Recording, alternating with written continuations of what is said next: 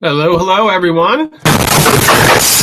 How's everyone doing today? Amy, hey, Angela, Brendan, Cynthia, Kieran, Melissa, MJ, Rochelle. I hope I'm pronouncing these right. Rebecca, Stephanie, Susie. Susie, you're in here twice. Fantastic. Um, Tom, good to have you on. If everyone can hear me, if someone can put in the chat pod in the bottom right-hand corner. Brennan is typing now. Angela, all good. I can see and hear you. Yep, yep, yep. Good, good, good.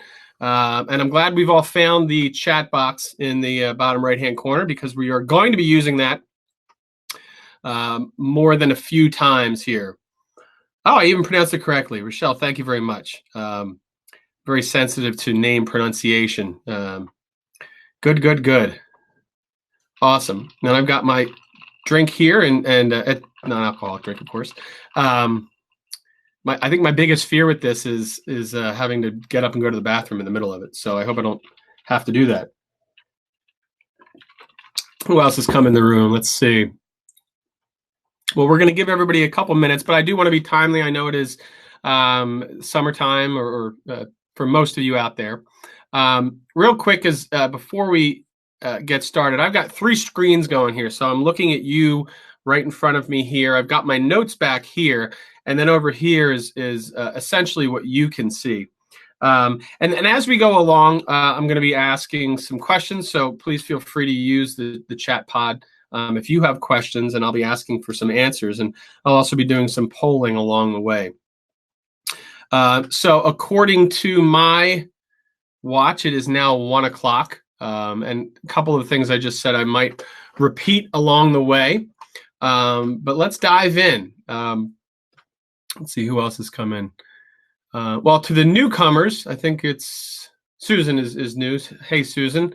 And it looks like Maureen is still out in the lobby. She'll be coming in just a second. Well, I want to welcome you to what I really think is going to be the best webinar you see today, unless you have another one, of course. And I'm confident in saying that because I know you're going to leave this webinar with very actionable steps to increase and maintain a robust enrollment. Now, here's what we're going to do, or here's what I have planned for the next 45 minutes. We're going to go through the 3 action steps, and I want to give you specific examples of how to execute these 3 things.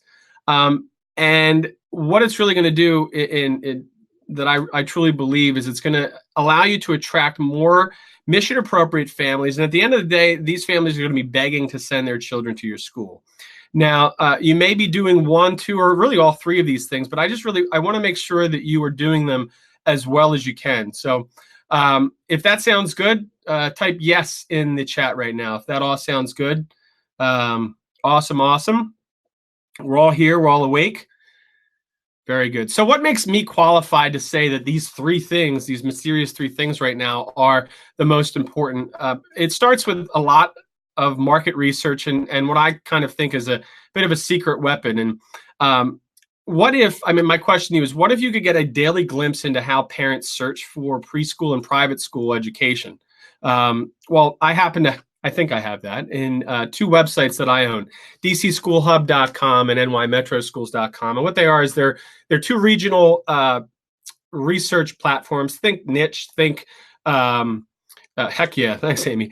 Think niche, think private school review, things like that. But it's hyper local to the NYC and the DC and the DC area. But having that for 6 years, I'm able to look at trends. I'm able to interact with parents quite a bit, and I really do get a raw look at what they value the most. So a little bit about me: I'm a former social studies teacher who one day raised his hand at an admin meeting when the head of school said, "Hey, we need some help with marketing." And I raised my hand, and he threw me in an office and said, "We need a press release to get the word out." And it took me 3 hours to do a press release. 2.5 of those hours were trying to get the photo on a Word doc. And you remember the early 2000s, trying to do that was a nightmare. I sent off the press release, was very proud. I got a note back a few hours later from the editor that said, "Thank you for this. The photo needs to be separate." So, you live and you learn. But when I first started doing it, I did what I thought was cool. I did what I thought was what felt right. I really went with my gut for certain things. I'm adjusting my screen here so I can see my notes.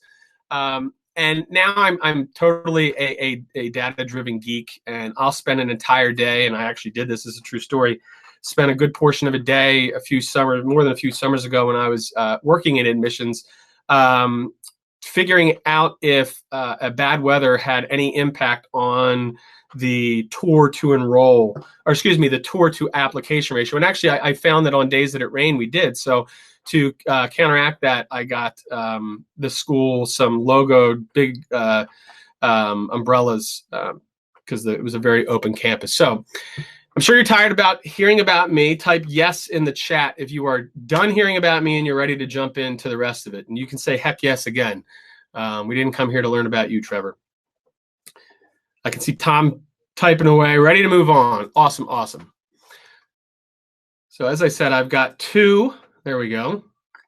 So some background about where I think we are in the independent school world. We now live in an impulse economy where the relational experience trumps the product, service, and frankly, the smile that comes with either of those things. And this means that you must create rapport with people in a virtual split second. So this convergence really puts independent schools in an awkward position. I mean, consumers want it now. Am I right? I mean, they want it now.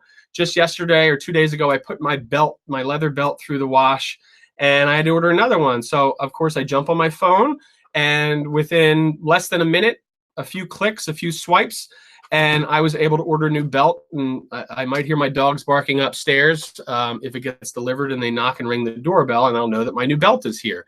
But the problem is, in that doesn't work in our world. It's a long process. The admission process is a long process that we fill with speed bumps.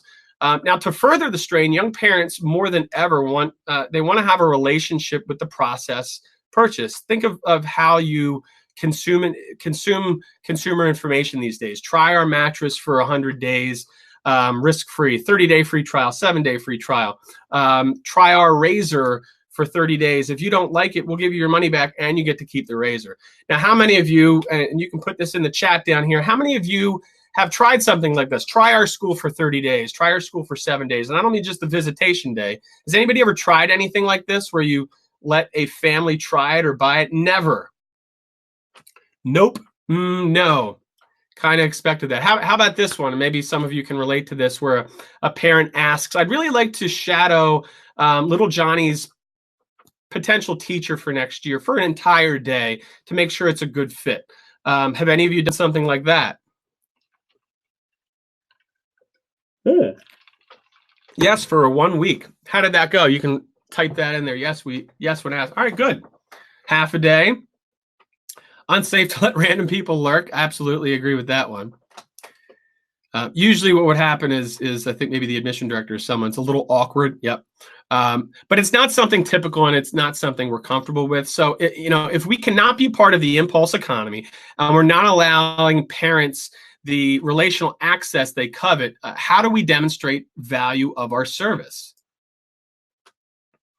And this is where you can write things down, you can type things out, you can, if you've got a great memory, go for it. But I believe that a consistent digital and humanness story that puts the family in the hero position is what it's all about. A consistent digital and humanness story that puts the family in the hero position. Now, to accomplish this, we have to meet parents where they are, provide unique and consistent value, and make them the center of our story. So what are these 3 steps that we are trying to achieve?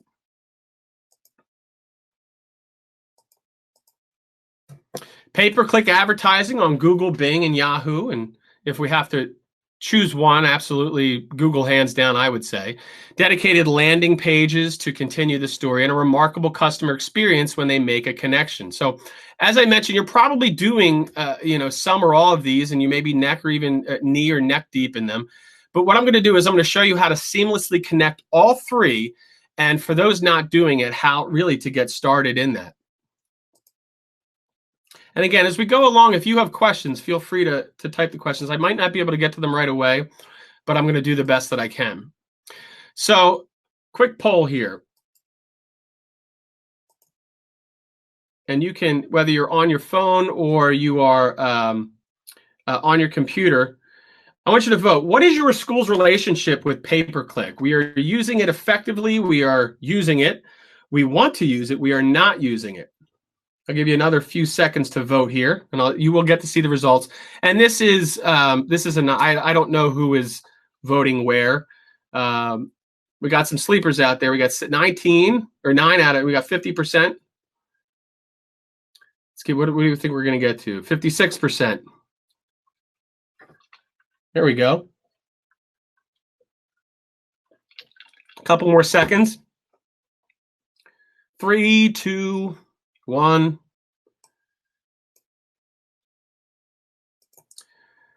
So you can see here from the results, we're using it. We're using it effectively. I mean, there's a lot, a lot going up and down here. But a big key to PPC, I'll say PPC, pay-per-click, a big aspect of this is really getting to them early and often. If your school starts in kindergarten, really you should be marketing to parents, really newborns, but 1, 2, age 3, certainly age 4. So the question is, what does the parent of a 2-year-old want, need, and desire? And that's something you really need to figure out. And certainly it is universal, but the more specific you can be to your market, the more value you're going to bring to their world. And I think that's a real key and something to write down. It's what value you are bringing to their world.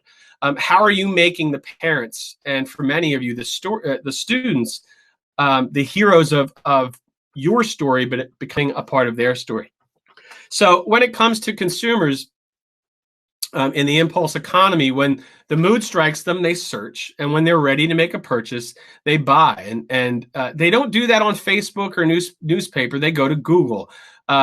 So you need really to be running ads year-round for awareness, consideration, and conversions. And I didn't make this. I can't take credit for this, but I really do like the way that this is laid out here. So this graph, it teases it out a little bit. Awareness, consideration, and conversion. So it includes interest and intent, and obviously the sale is the end conversion. But what you'll see is that keyword search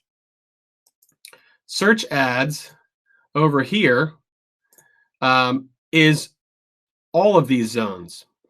And what it doesn't show you is when people will come into the process, and this is unique to our world of independent schools, because there is, I mean, for the most part, there is still an admission season, September, maybe October to March. But we also know that for many of us, that's not the case unless you're in a hyper-competitive market. It is now a year-round cycle. So it's absolutely critical that your keywords match the ads that pop up. Someone who is just starting the process is likely going to have more general search habits than someone familiar with tuition-based education.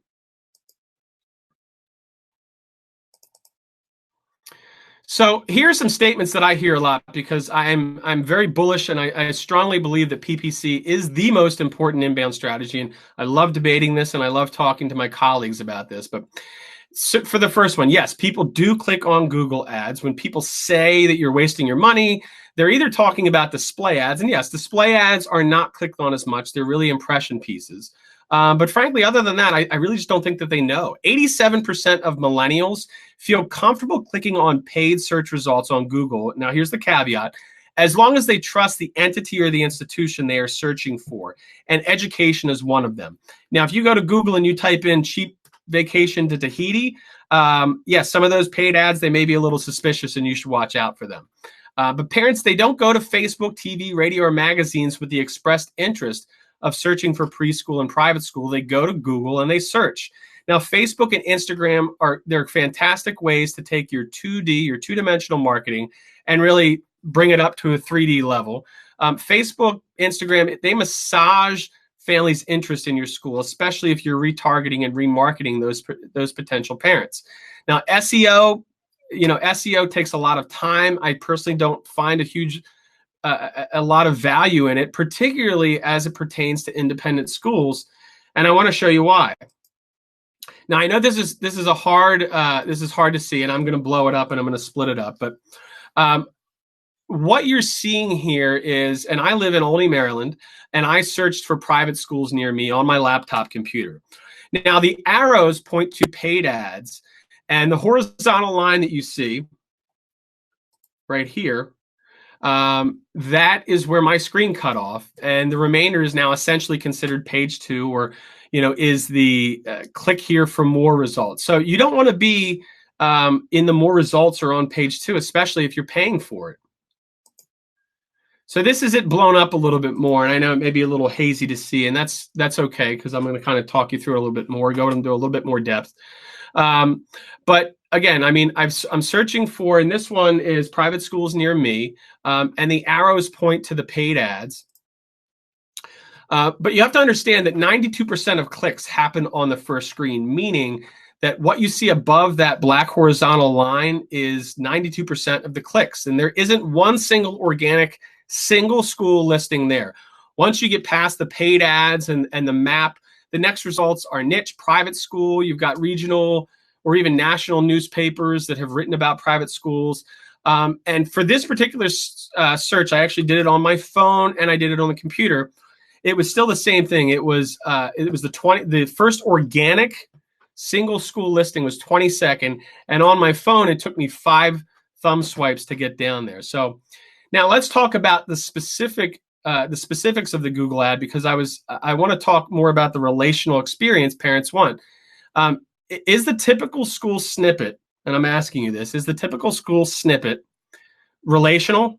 Is it a relational snippet? You can answer that in the chat if you want, or I can just tell you that the answer is no, it's not. It's informational.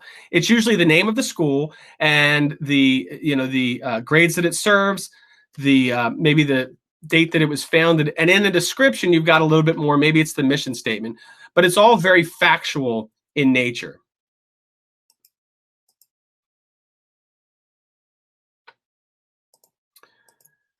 So what I did next was I searched for digital marketing firms in DC. And what you get here are the paid results at the top. And what they do is they describe the business and the potential benefits. Only in the third example here do you see the actual name of the company in the headline. And the description language is also different. It's more conversational, because with pay-per-click, and that's the great opportunity that you have, is with pay-per-click, you're able to control that narrative and speak directly to that person that's clicked on it. And that's what we're going to get to in a little bit with landing pages. In this example, I searched for best private schools. Now with PPC, you need to start by understanding what parents want. They're not looking for a school as much as they're looking for a solution to a problem. Now, what problem are you going to solve for them? Now, sorry, I didn't move on to the next slide. And you guys can type that in the box if I forget to click, because I'm clicking a few different places. So this is what I was talking about. And what I've done is I've blotted out the actual name of the school. But with this first ad that we see up here, this actually speaks to me, because my daughter, the school she attends, is not the most outdoorsy school. And there was a lot of rain this season, a lot of wetness, and she didn't get a lot of time. She'd come home lethargic. And even when she did have recess, I really don't think 15 minutes is enough. So this ad is speaking to me. And then it also says that it's the perfect preschool environment. So heck, it's perfect. And there's outdoor time. This is something that appeals to me. Now, the other ads you see have stuff crossed out because, again, it identifies the school's name. But again, I'm sorry, but no one cares who you are unless you are the top tier school in your market. And most of what we see here are tactics and features that every private school really can tout. Small class size, inclusive community, high quality, project-based learning. So, and I didn't know if she came on, but I guess she's missing out. So she's missing on an ad that I did for them. Will we get links to this webinar afterwards? Yeah, I'm going to be pushing out information on this right after this, and the videotape, the tape of it as well. So I did this ad, and I just mocked this up for Mile High Academy in Colorado. And so with this ad, I'm kind of giving you a bit of a smorgasbord of our technique. First, we ask a question that relates to the search. And this is not an ad we would necessarily run if someone were searching for private schools near me necessarily. I say necessarily because at the moment, Truth Tree is not immersed in Mile High Academy's market. Nevertheless, in the headline, we ask a brand-defining question that will pique interest. Now, personally, I hadn't heard of Cherish, and Cherish is an acronym, but I'm assuming it's a signature program that is just specific to MHA. So, and then next what we do is we define it with a little teaser that is, I looked into it, is a value-driven program they have there. Then we give a third-party validation on how awesome it is by telling the viewers that it's a 2019 best school by a widely known website, and likely one that they've heard of or they'll probably search of. Now, if you're with me so far, type NS in the chat. Type N for Nancy, S is in Sam, that you are not sleeping. Type NS in the chat that you're with me. Got a lot of people with me. Good. Awesome. So next, one of my favorite techniques, and it's proven effective time and time again, is using testimonials in the description. Millennials, they love testimonials. They love searching reviews. So after that, then I drum up a little bit of scarcity. Now, this is where you really don't want to overstep and spread falsehoods. If you do, in fact, receive more applications than spots, say it, do it. But you really don't want to advertise scarcity if it's not there. And that can really be one of the quickest ways to a bad reputation. So here's your chance to get out of here with some more valuable information and take down some of these notes. And these are what I'm going to call the fundamentals of a successful PPC platform. These are the fundamentals of love Dr. Evil, me too, of a successful PPC platform. So number one, what is your goal? So during these next few months, it really behooves you to take stock in your 2019-20 enrollment and what your needs are to sustain your enrollment in 2021 and beyond. And I don't just mean pure numbers. I mean, being full is great. But I mean, what kind of students and families do you really want and need? Just to get a little granular, if your orchestra is losing a significant portion of the string section over the next 2 years, you go out and recruit kids that play the violin, the viola, the bass, and any other stringed instrument. And how to do that is you need to talk to the teachers, the parents, and even the students at your school to find out what your student body is lacking or really could be lacking in the next over the next few years. Sorry, I missed one of the slides there. Next, who is your audience? Now, for each ad, I really close your eyes and picture who it is targeting. Are you targeting a mom? Are you targeting a dad? Are you targeting a student? Are they white? Are they Asian? Are they Jewish? Are they Mormon? What kind of car do they drive? If you read my blog, one of the questions I used to like to ask was, where do you like to go out to dinner? And this is something I'm bullish on is understanding who they are. And I know that makes us, and it makes me feel uncomfortable too to say that, but great marketers time and time again use stereotypes to target specific audiences. And then what do you want them to think?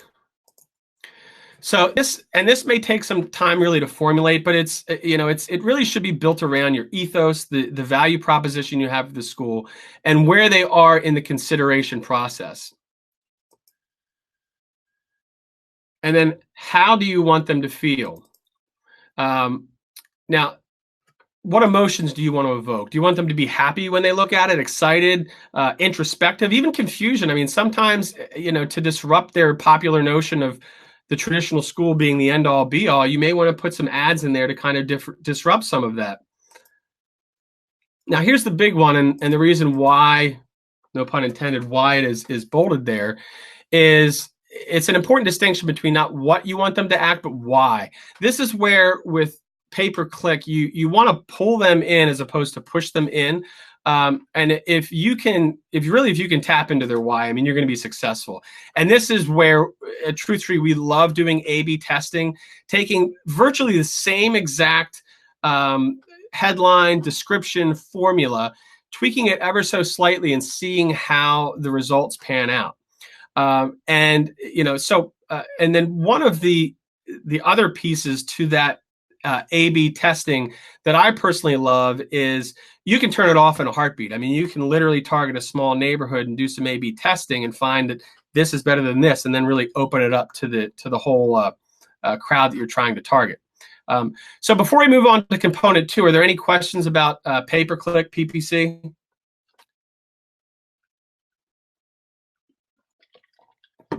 And we're going to do Q&A at the end. So if you do have questions, you can type them in here and I'll go back, or you can just kind of jot them down.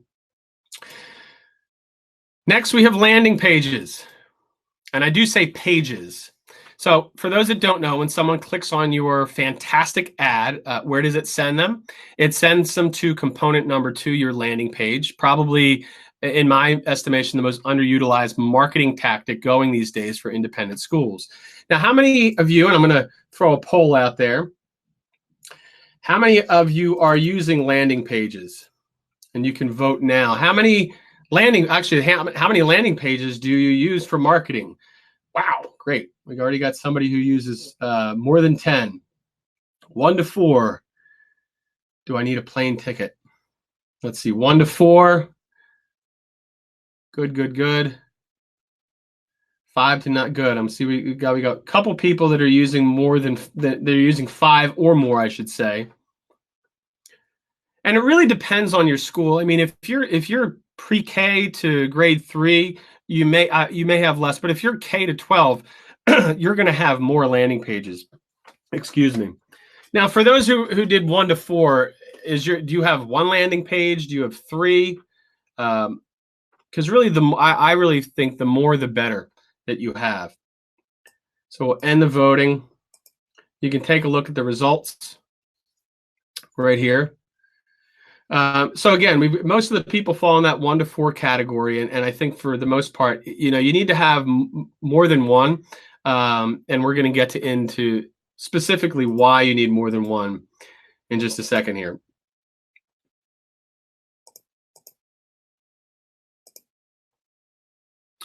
So once people click on your ad, one of the main things, they do not want to hunt and gather. They want to be told what to do right away. So if you land them on your home page or even the admission page, it can be a great page. It can be a great home page, but you're not going to get them to act. And we live in the age of the stealth shopper, the ninja inquiry, the secret inquiry. What are we calling it these days? The people that, the secret shoppers. You know what I'm talking about. So these are the parents that know everything about your school before they attend an open house or submit an application. They've read the blogs, reviews, gossip websites. Basically, they've found all the information that you can't control. Now, a quick shout out to Angela at Flint Hill, because she let me use her homepage as an example. It's a beautiful homepage. It is not a good landing page. Who can tell me what the number 1 goal of a landing page is in the chat?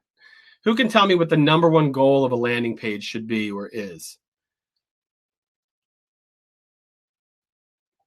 Stuff is disappearing. Complete your CTA. All right, Brendan, now you're using words I don't. What is CTA? Right, gather info, convert. Yeah, okay, convert to inquiry. A call to action. Basically, you want to collect their information. And you don't want them to have to hunt and peck to find that information. Draw you in, exactly. Whatever you want them to do. So a big reason for that, and I'm a highly distractible person, but I'm sure some of you have sat down either on your phone or on your computer with a very intentional task in mind. And have been sidetracked by 2, 3, 4 layers of distractions. So I sit down here and I want to purchase tickets for my wife and myself to go see Avengers Endgame. And oh, look, something popped up. What did Donald Trump just tweet? And another something popped. Oh, Bob Smith went from homeless to owning a Fortune 500 company in 5 days. How did he do that? Oh my gosh, I have to pay my credit card bill. Wait, why did I come to the internet in the first place? So you want them, once they land on that page, to know exactly what to do. And the point is, you need to tell them what to do on that landing page and make it easy for them to do it. Again, you need to tell them what to do on the landing page and make it easy for them to do it. And one of the most important aspects of a landing page is its relationship to the ad that was clicked. And I think that that's of utmost importance. Again, one of the most important aspects of a landing page is its relationship to the ad that was clicked. So an example to this point is I'm running ads with key phrases like joyful learning or school that promises or promotes joy. They see the ad, they click on it, they come here, and you need to continue that conversation very briefly, and then you tell them register to attend an open house. You want first name, email. You can also throw phone number in there, and then you've got your click buttons. So here's another example, and I'm going to get in a little bit of the anatomy of how these are designed. And I love this photo, but for my taste, I don't know that I'd necessarily use it. I think it's a bit too distracting, and even that split-second distraction really could be the difference between someone filling out a quick capture form and not. So I want to address real quick the capture box. And I was surprised. I went to many of your websites and I looked at some of the lead gen pages, the inquire here pages, and you're asking, there's just too much information being asked for at that point. You want to really keep it simple. So a quick tip is when they fill out their first name and phone number, and then they click, yes, I want to register for a tour, send them to another landing page that says, awesome, we can't wait to see you at the open house on October 20th. While we have you, would you mind telling us a bit more about your family? So another tip about this landing page, and you obviously can't see it from just looking at it, is this button here, the pointer, is the only link on the page. Nowhere else can it take you to your website or anywhere else. You want to avoid all those distractions, and you want them to provide you with information. Now, don't worry if they bounce off the page and they don't convert, because hopefully with this landing page you have cookified it, you have codified it, you have pixelified it, so that you're able to follow them around the internet and badger them for at least a few days. Now, the specific anatomy about this page is it's a parent that's looking for hands-on, engaging, real-world education. They clicked on your ad that uses those key phrases, and it sends them here. Now, at the top is a testimonial. Again, I love testimonials on these pages. If you can get a quick video, 15 seconds, one parent, two parents, that speaks to what this landing page and what the ad was about. You don't want it to be that general 4-minute school video. You want it to be specific to this. But regardless of where they are in the process, you can really begin to feed them value-based information that reinforces what they want. And you can tell from the ad, because they may have seen your ad a few times, excuse me, but this is the one that they happen to click on. So a couple more tips on landing pages, and excuse me for 1 second. One, the page must load fast. So this is where, video is great, but if it's going to slow down the page, you don't want to do it. HubSpot says that even a 1-second delay can lower conversions by 7%. Now, as far as conversions go, the industry standard I've seen is about 4 to 14% conversion. It really depends on where they are in their process and where you are. If there's a sense of urgency, you're probably going to see higher than that. And obviously, if it's lower, there's not that urgency. I already mentioned that you don't want to have your full 4-minute school promo video on there. You want the video to be specific to what the ad and the landing page were about. Now, again, and the other tip is you want to have multiple landing pages, and I was happy to see that many of you do have multiple landing pages for specifics. So if you have, if it's private, if they were searching for private schools with top arts programs or private school with, student equity training, if that's your school, tout it.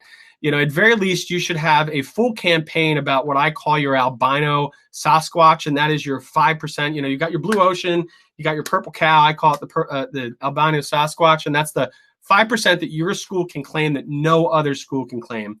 And if you've got Irish dance, for example, and you don't have a campaign because no other school in your market has an Irish dance team, and you don't have a campaign specific to that, you're really going to miss out on an opportunity. Yes, it may be 1 or 2 every year, but you want them to know that you have that program. And along those same lines, your landing page should reflect what you need as well. Is your 2020-21 8th grade class, is it small? If that's the case, then you should be hard targeting rising 9th grade families. And realistically, you should be knowing that ahead of time, knowing that the current sixth grade class, for example, is small and you're probably not going to add, and this is especially true if you go up to grade 8, you need to start, well, actually, that's not the case because I'm talking about ninth grade, but you really do need to look down the line to see what you need to add. So any questions so far that I can answer, feel free to put them in here. And again, we're going to do Q&A towards the end. Now we're going to move into customer experience. And this is the final component of our mini adventure. We started with pay-per-click. We moved to landing pages. It's now time to make direct human contact. So my question for you is, and it's time to vote again, which best describes your background or training? I could sell you this pen. I've had some customer experience training. I've had some sales experience. There we go. Nice. I like, confidence. I could sell you this pen.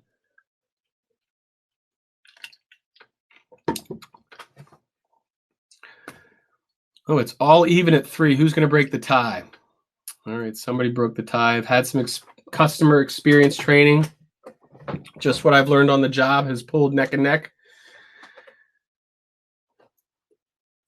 I'm realizing that you guys can't all see the results until I end the voting. I'm going to end the voting in 3, 2, 1, and share the results. So it's pretty even across the board there. Let's head back to the presentation. I appreciate you guys all taking part in that. So as we move on to the next slide, here's a quick, just a quick example of some great customer service.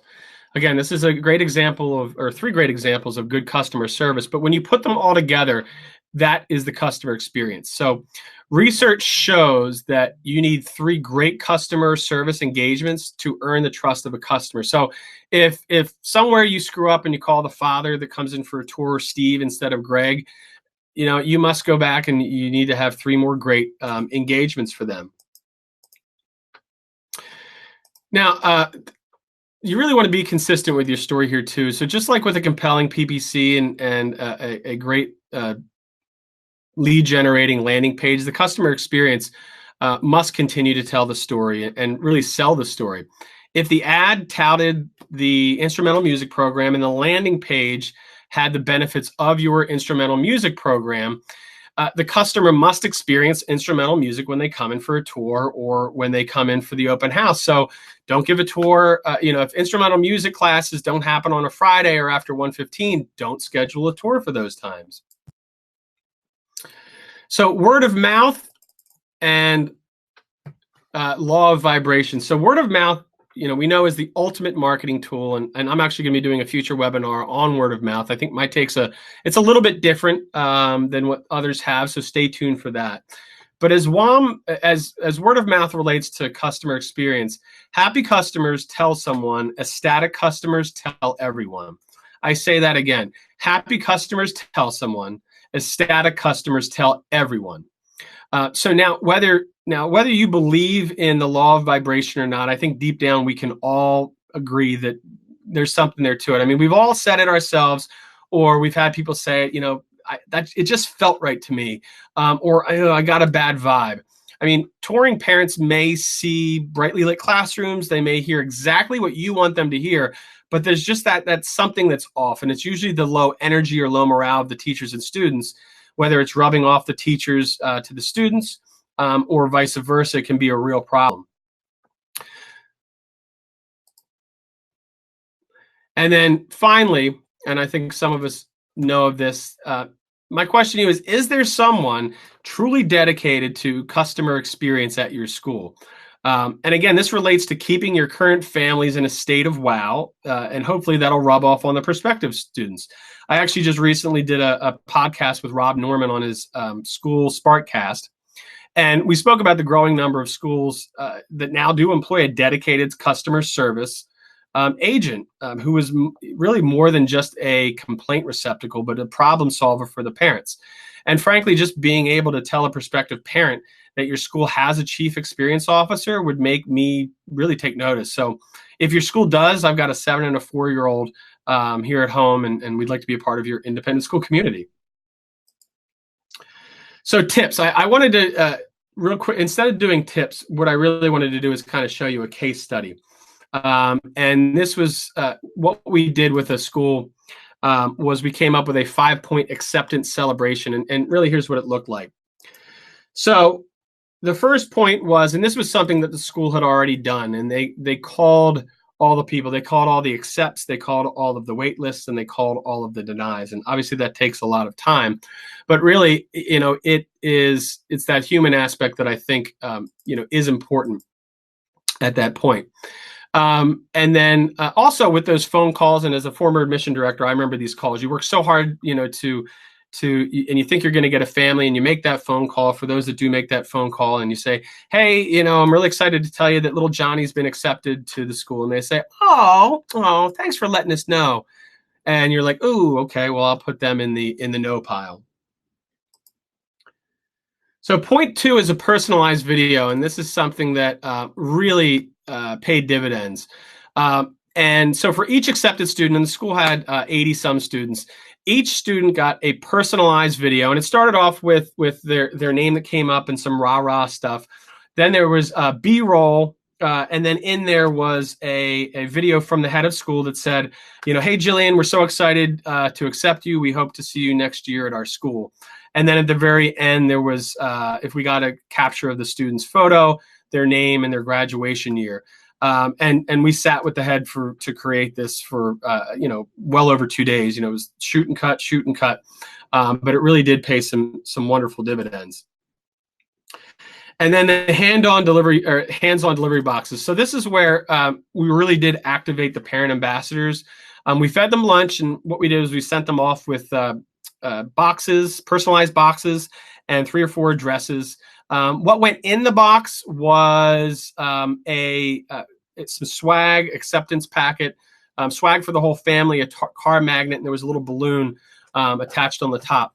I think one of the game changers of it as well was each class wrote a personalized note to the student that also went in there, and it was signed by the whole class.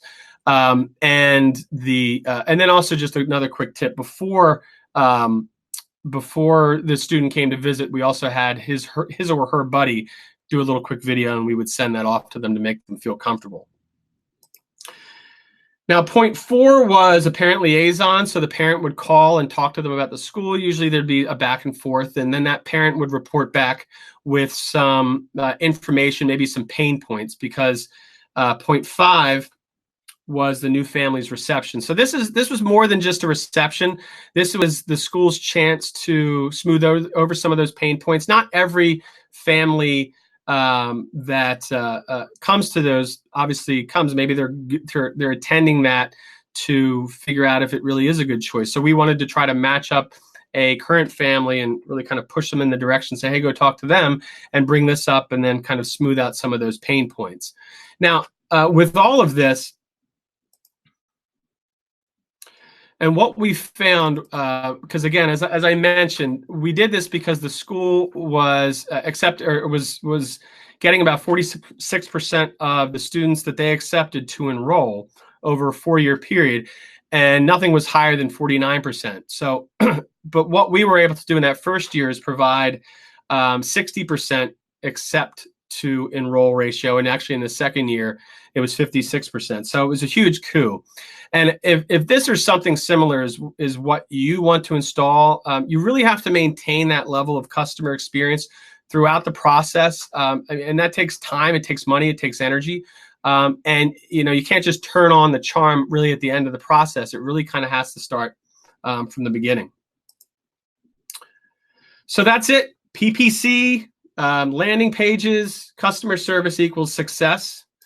And but I know a lot of you out there saying, wow, Trevor, this is all great, but I just don't have enough time to do all of these. My office is it's overrun. We're just stretched too thin, and that's where certainly we want to come in and help out.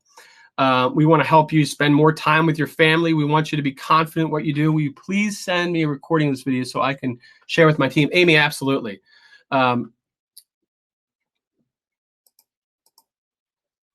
So that's where we came up with here with the Enrollment Edge program. Yeah, no, you're all going to get information at the end of this. So with the Enrollment Edge program, really what we want to be able to do is put you in the hero position, because it's about time. I mean, you've spent so much time putting the parents in that position. And the benefits of this program, and I'll get into it a little bit, and then we're going to do some Q&A. The benefits are really, I mean, you're getting a team of people that are going to help you through this process. And this past year, we worked with 10 schools doing all or a portion of the Enrollment Edge. We've just called it that now. We were doing it before that. But of the 10 schools we worked at, their ROI was 2,400% based on the package they got. And what's great about really this opportunity here is that it's a set price. So I think too often marketing firms, they charge, these prices, and it's advice, and there's some smoke and mirrors. We really want to provide this at a single cost, and make it a highly actionable engagement with you. So these were the schools that we worked with this past year. And the reason why I don't have names or the schools' names listed here is because we're going to be working with all 10 of them. I know single cost is for small schools, it is tough, Tom, but I'm going to bring up the price in just a minute. So, and again, I want to be transparent. The reason why we don't have the names of the people or the schools is it's really simple. We're continuing to work with these schools, and we've got to keep some of the secret sauce under wraps. So what you would get with this is you're going to get Truth Tree doing your Google and Bing ads for a whole year. You're going to get landing page curation. You're going to get customer experience training along those lines. So with Google and Bing, we monitor it every single day, and realistically, it's 5 or 6 days a week. You're going to get reports that come to you every 2 weeks, and they're actionable reports too that you can work on with other marketing that you have. You're going to get multiple landing pages based on your wants and needs, and you're going to get customer service training for your admission professionals, and frankly, anybody who has first point contact with your families. Best of all, and I think this is the most important, is you're going to get accountability and transparency. All the data that comes in will be accessible to both of us, because frankly, you're going to give us permission to dive into this. Now, here's the catch. We only feel comfortable working with 30 schools, and we can only work with one school per market. So part of the application process is that the schools that are working with us, they've already told us who their competition is. So in the application process, we would ask that question. Now, because you've been so gracious with your time and learning here today, what we're going to do is we're going to take that 10,900 and we're going to bust it down to just 10,000 for you. So it's a $900 savings. We're going to, it's really, I mean, between the PPC that we've been able to do, the landing pages, we're going to deliver you more leads. We're going to deliver you more families, and you're going to catapult to the top of their list. Now, a bonus to all of this for all the people that have stayed on until this point is you're going to get for free, if you complete the application, you're going to get one free Facebook or Instagram ad for free from us. Now, the only catch to that is how much you want to spend on that ad comes from you, but we're gonna design and curate that ad. So after this, not right now, but of course after this, you can head on over to truthtreeconsulting.com. I'm going to turn it on in just a second, and you'll be able to head over there. But before we do that, I wanted to spend some time just answering some of your questions that you might have about anything we went over. And feel free to use the chat down here.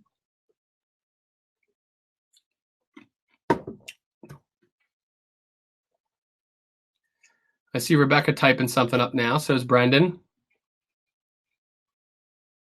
Favorite video software for creating videos?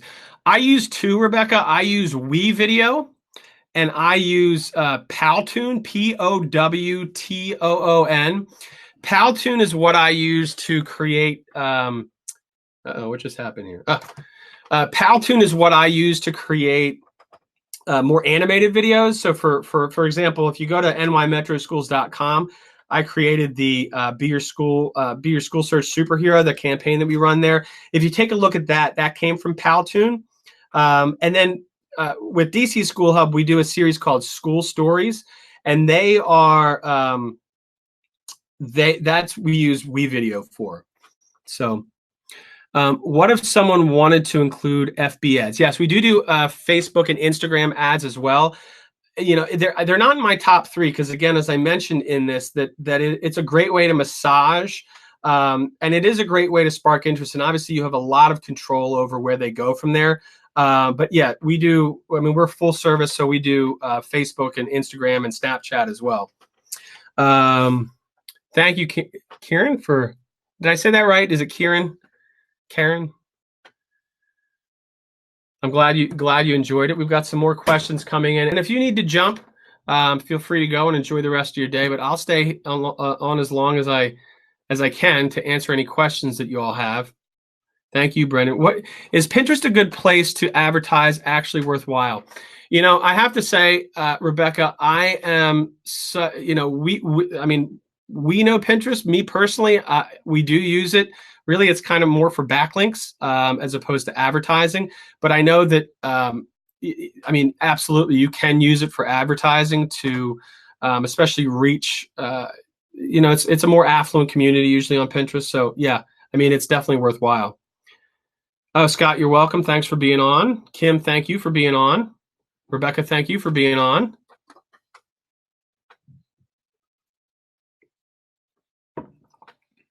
Any more questions before we wrap up? I see a couple people typing something.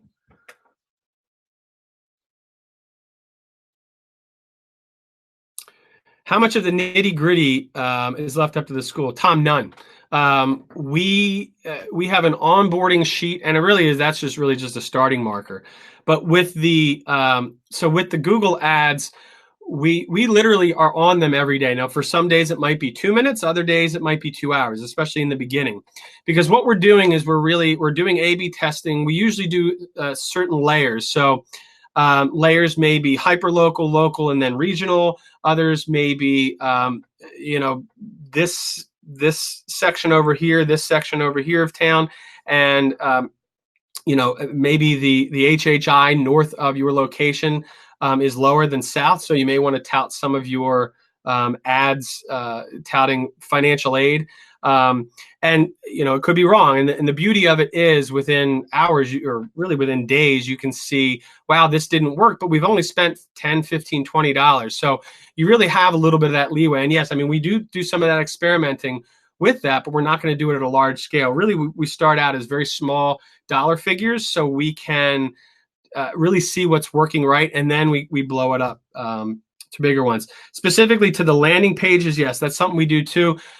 I think what I think is best, just so you can always keep track of it, is to create those landing pages within whatever system your website is on. But there are, I mean, there's a ton of, well, there's some free, but usually very cheap services and platforms that you can use to create, or we would create landing pages for that would then point to your website after they've done some certain things. So other questions?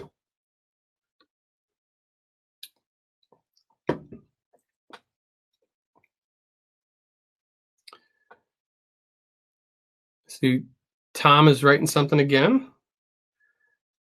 Good info. Any other questions, you can type them in the chat pod. I'll give it another 20 seconds. And certainly if anybody wants to talk offline or email me, I sent an email earlier because the, I don't know why, but with Click Meeting, it had the timer at 5 hours when it was really an hour. So I wanted to make sure nobody saw that and was confused. So if anybody does want to talk to me offline, absolutely, you can go ahead and do that. I've really appreciated your time today. If you have ideas for other webinars that you'd like me to do or information that you'd like, please stay tuned, and you're welcome. You're welcome. So thanks again. I'm going to stop the recording now, and we'll see you soon. Take care.